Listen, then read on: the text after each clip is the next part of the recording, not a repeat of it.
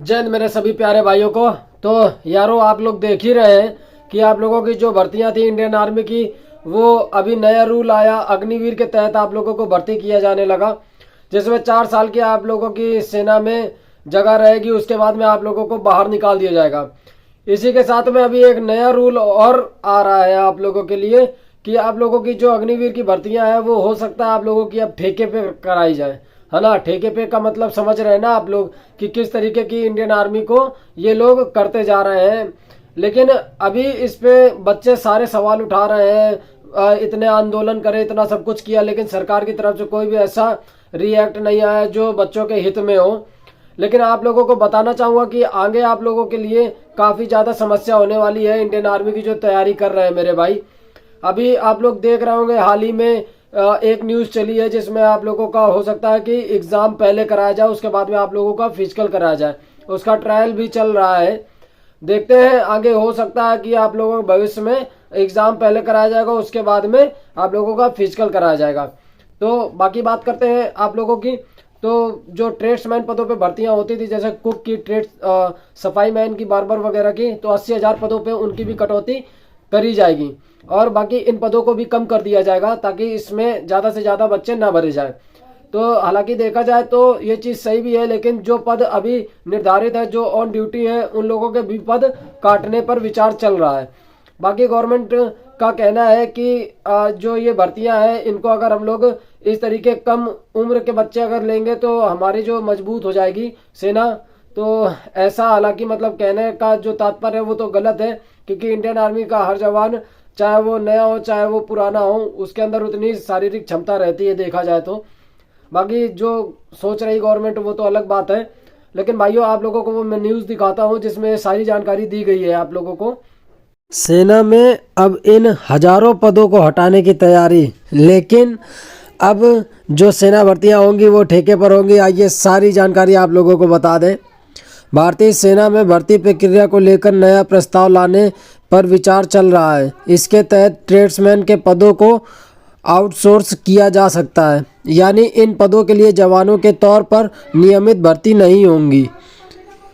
इसके बाद में आप लोगों को बता दूं कि भारतीय सेना के बीते साल अग्निपथ स्कीम लागू की गई थी, जिसके जरिए 4 साल के लिए अग्निवीरों की भर्ती की जा रही है।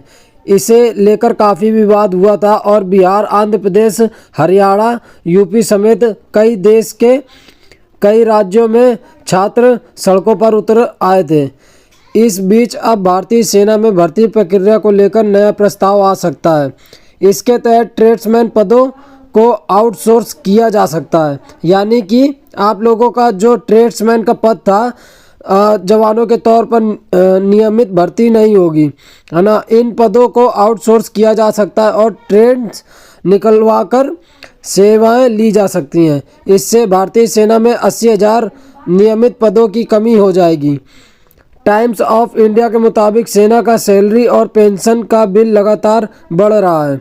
ऐसे में उसे सीमित रखने के लिए ऐसे प्रस्ताव पर विचार किया जा रहा है ताकि सेना के आधुनिकीकरण पर खर्च के लिए बड़ी रकम बच सके। सेना के एक अधिकारी के मुताबिक कोरोना काल में 2 सालों तक भर्ती नहीं हुई। इसके चलते सेना के 1.20 लाख जवान कम हो गए। इसके अलावा बीते साल पहले बैच में 40,000 अग्निवीरों की भर्ती की गई है। इस तरह से बजट में कटौती के प्रयास किए जा रहे हैं।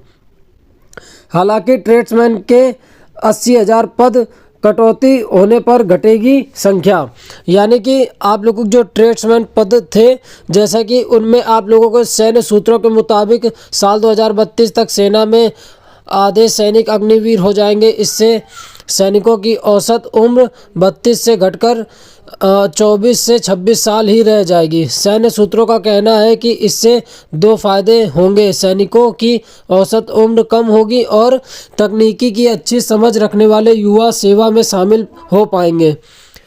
इस सैन्य अधिकारी के हवाले से रिपोर्ट में कहा गया है कि सेना में कुक, बार्बर, वॉशरमैन और सफाई वाला जैसे पदों पर मैन पावर घटाने का स्कोप है। इससे संख्या सेना में 80,000 के करीब है।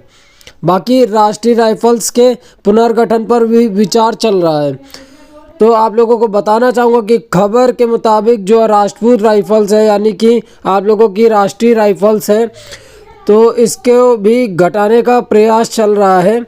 तो इससे जैसा कि आप लोगों को मालूम है, जम्मू कश्मीर में आतंकवादी से निपटने के लिए स्थापित किया गया है। शुरुआती दिनों में यह एक छोटी सी फोर्स थी, लेकिन अब इसकी 63 बटालियन है। सूत्रों का कहना है कि जम्मू कश्मीर में अब आतंकवादी कम हुए हैं, तो फोर्स का भी पुनर्गठन हो सकता है। एक अधिकारी ने कहा कि हम इस बात का परीक्षण कर रहे हैं कि राष्ट्रीय राइफल्स में जवानों की संख्या कम की जा सकती है। तो ये सारी खबर रही जो आप लोगों ने देखा। हालांकि अब क्या होता है वो मेरे हिसाब से तो अब ठेके पर ही सारा काम होगा। इंडियन आर्मी को भी ठेके पर कर दिया है और इससे ज़्यादा क्या करेंगे अब ये लोग। ठीक है, मिलते हैं अगले वीडियो में। जय हिंद, जय भारत। चैनल से नए हो तो लाइक करें, शेयर करें, सब्सक्राइब जरूर कर लें अपने भाई को।